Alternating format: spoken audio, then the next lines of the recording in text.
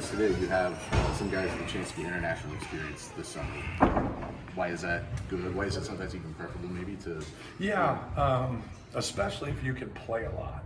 Like obviously sometimes when you play on those teams, there's a lot of timeshare. But if you can go and experience that and play against the best players in the world, especially in your age division, I think it gives you confidence. No different than like, you see somebody playing as a 15-year-old, like at 17 and under AAU, and you're like, oh man, he's just okay. And you're like, no, I've done it for 33 years. Like, he's really good, wait 2 years. But the difference in college is you don't play the same age. But it builds confidence for those guys and it really helps them. So obviously having Daniel going to the USA tryouts, then Omer, playing for the Israeli national team. And then, Oscar, he'll have a chance to play this summer. I don't know if he is or he isn't. He should be here in a couple of days. So, with Daniel, just considering the competitive time he missed last year, right, does that make it an extra benefit to get him? Yeah, I think so. Obviously, we took it slow getting him back. Like, you could have rushed it like there at the end, and I just didn't think somebody with brighter future as he has, it makes sense to do that. So yeah, he just has to, be honest. The one thing that happens when you have surgeries and any type of injuries with competitive people is they lie to you. They tell you they're okay when they're not okay because they want to play. It's like you always looked at it for a long time as that's a good thing, right? But a lot of major issues happen with compensation. Like something happens where I'm not aligned to my hips, and then something happens to my knee because I'm compensating for that. So you have to be really careful, but especially with size. I think one of the things is just him getting his win, and also like his weight is up to 253 of playing with more weight, which we hope that he can continue to do that, or at the worst maintain his weight. Like I think that's the one thing once you get into the season, like you're not going to gain weight, right? But if you can maintain, that really helps. I will.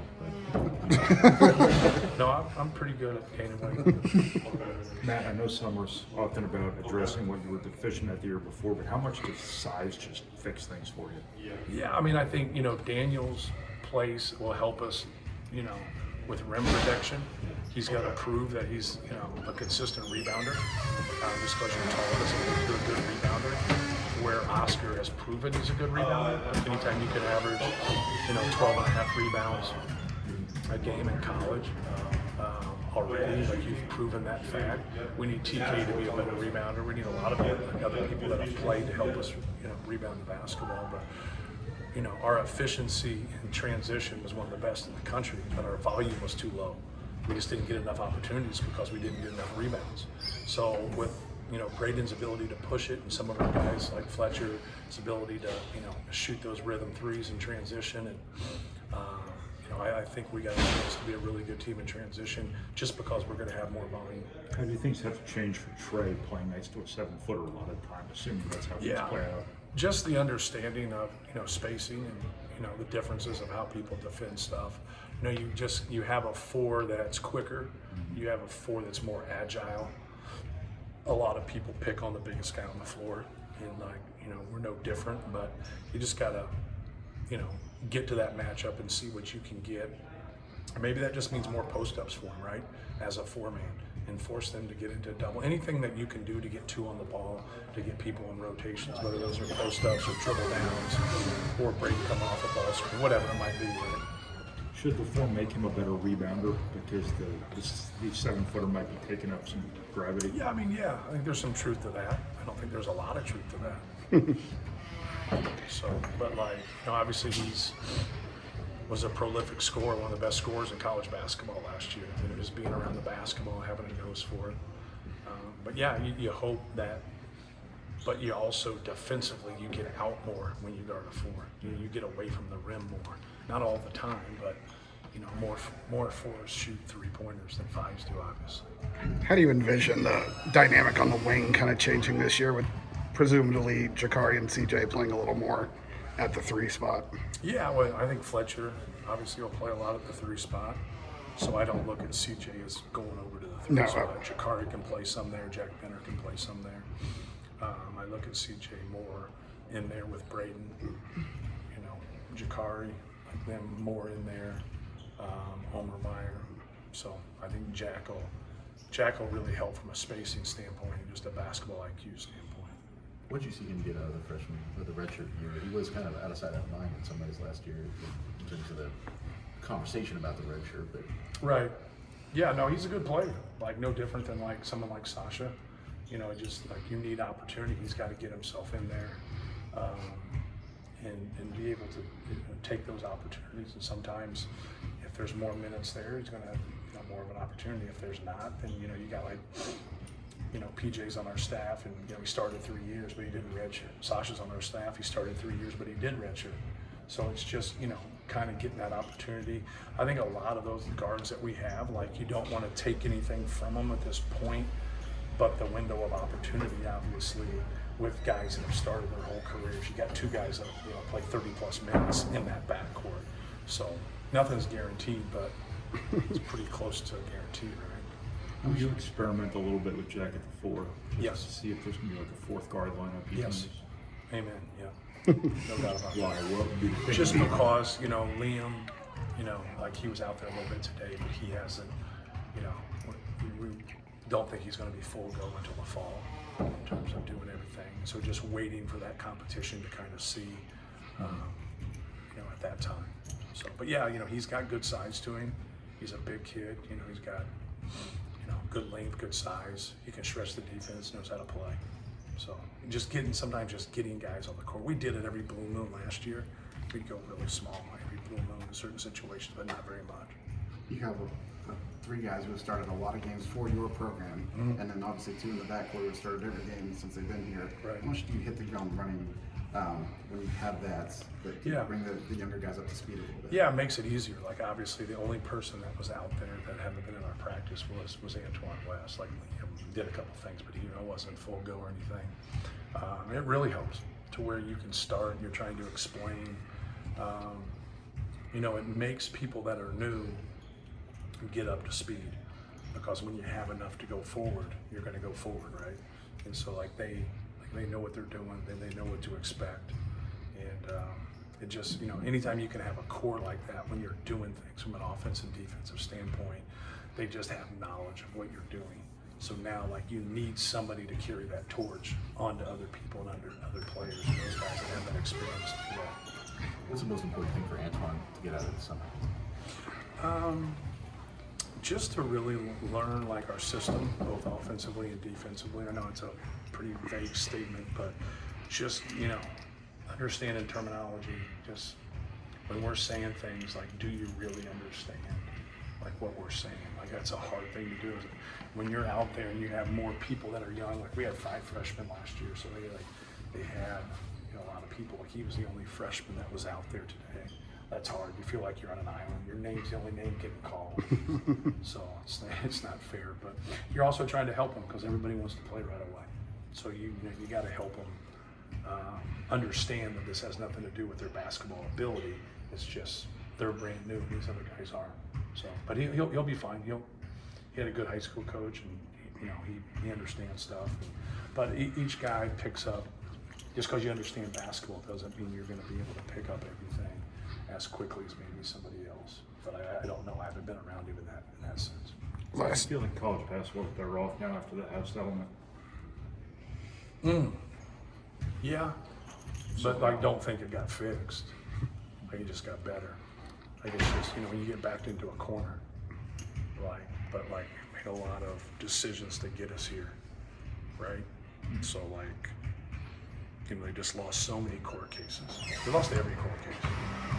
And so now hopefully that can it's not going to eliminate getting sued, but I think it will strongly diminish it. That's also a guess on my part.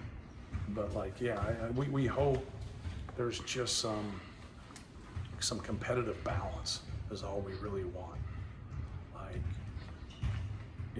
It wasn't name, image, and likeness before. This gives you more of a grasp of having a core amount of money to pay these guys, which is a lot less than the money that's going on right now. And then anything on top of it is real name, image, and likeness. And so we've had some guys that, that have been there, like Zach Edey, that was real name, image, and likeness. He's the best player in the country. He's Chinese Canadian. Braden Smith, he's first team All-American. Those are the people that are from a name, image, and likeness standpoint. So when everybody gets money, not everybody in Major League Baseball gets money, name, image, and likeness, and they're in the big show. Like if you watch a baseball game and there's 52 guys on 2 rosters, tell me how many guys are on those commercials? 2, 3, 4, 5, not very many. That's the market. You know, that's just the market. Not everybody is marketable who plays college basketball and gets paid. Now some people are, right? They're making a lot of money off it, but they're also making a lot off a brand that's been going on for 100 years. So Purdue has a pretty good brand, right? Like you look, Big Ten's got a pretty good brand. So there's a lot of people that go into that statement. The Big Ten's been around for a long, long time. You say, well, you know. So, but this has been coming for a long time. So it'll be interesting to see as next year comes around at this time, you know, because the last thing you want to reward is just the people that have more money. Like you want, you know what I mean? Like it's just, so, and a lot of people are upset because it brings out like, where's the separation going to be if everybody has remotely the same money? Well, we all understand the answer to that, right? So that's not fair, but there's a lot of things that have been fair across the board. So hopefully this equals things out a little bit. A few years ago, when you brought in Lance, you said on the NIL topic, you said he was a guy that didn't even mention it when you were talking about it. Did you find that same sort of He'd thing? mention it now. If he didn't, he's a fool. Because it's free money, right? Yeah. But did you have that same kind of, Liam and Oscar did have the same sort of mentality where winning was No. enough? They, both of them were good. That wasn't the main thing for either one of them, but they both got pretty good money, yeah. Well, yeah. Yeah. But it's all relative. Like some of the numbers that get thrown out there are not true, but some of the big numbers are true. So like you got to be able to take like kind of what's what, and that's something that we wanted through all of it. Is we wanted transparency, like what's real. Like if you have a cap and that's your cap, then like that's what we wanted to know. Like I should be transparent about what we're spending, but so should everybody else. So like when we're talking to them, things don't get skewed. We just want the truth. Last year, defensively, it was kind of decided by Jacobson being hurt. You guys had to play a certain way. Mm-hmm. Do you kind of envision the opposite this year with so many different kinds of bigs on the roster? Yes, Oscar is a good defensive player, and that is going to help us. He's a good rebounder also.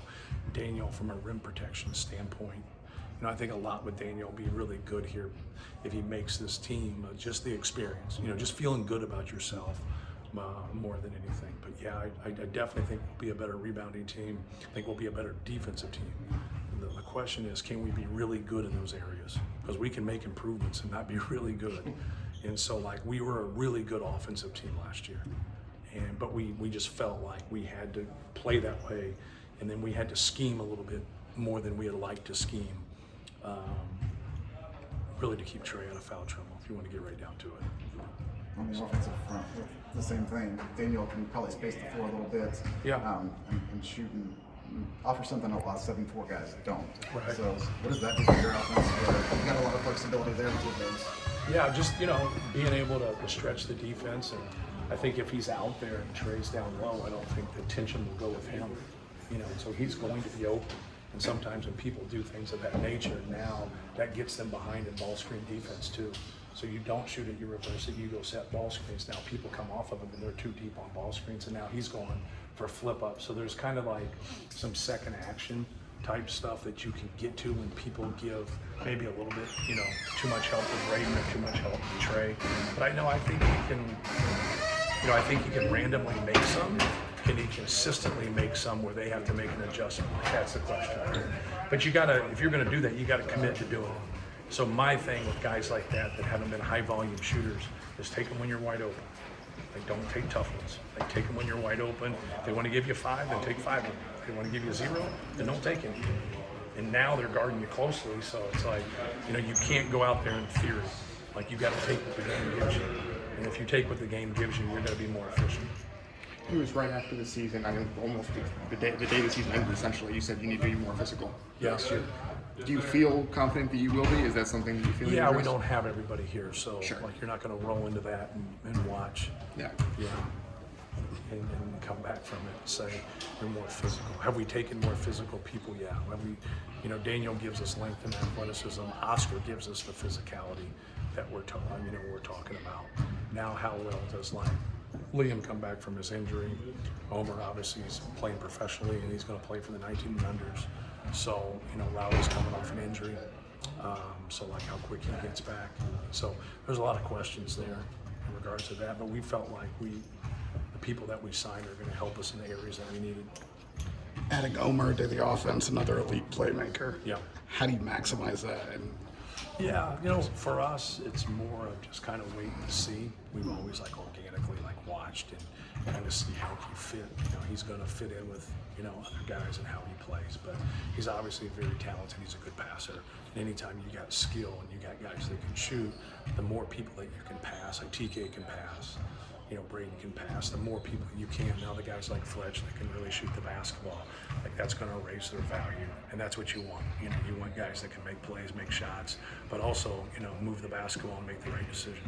Is it going to be important for you to take Brighton out every now and then, or move him off the ball like you did last year? We will see. I don't think it's. We just had a glorified pickup game. Hell no. Thank you, guys. Thanks.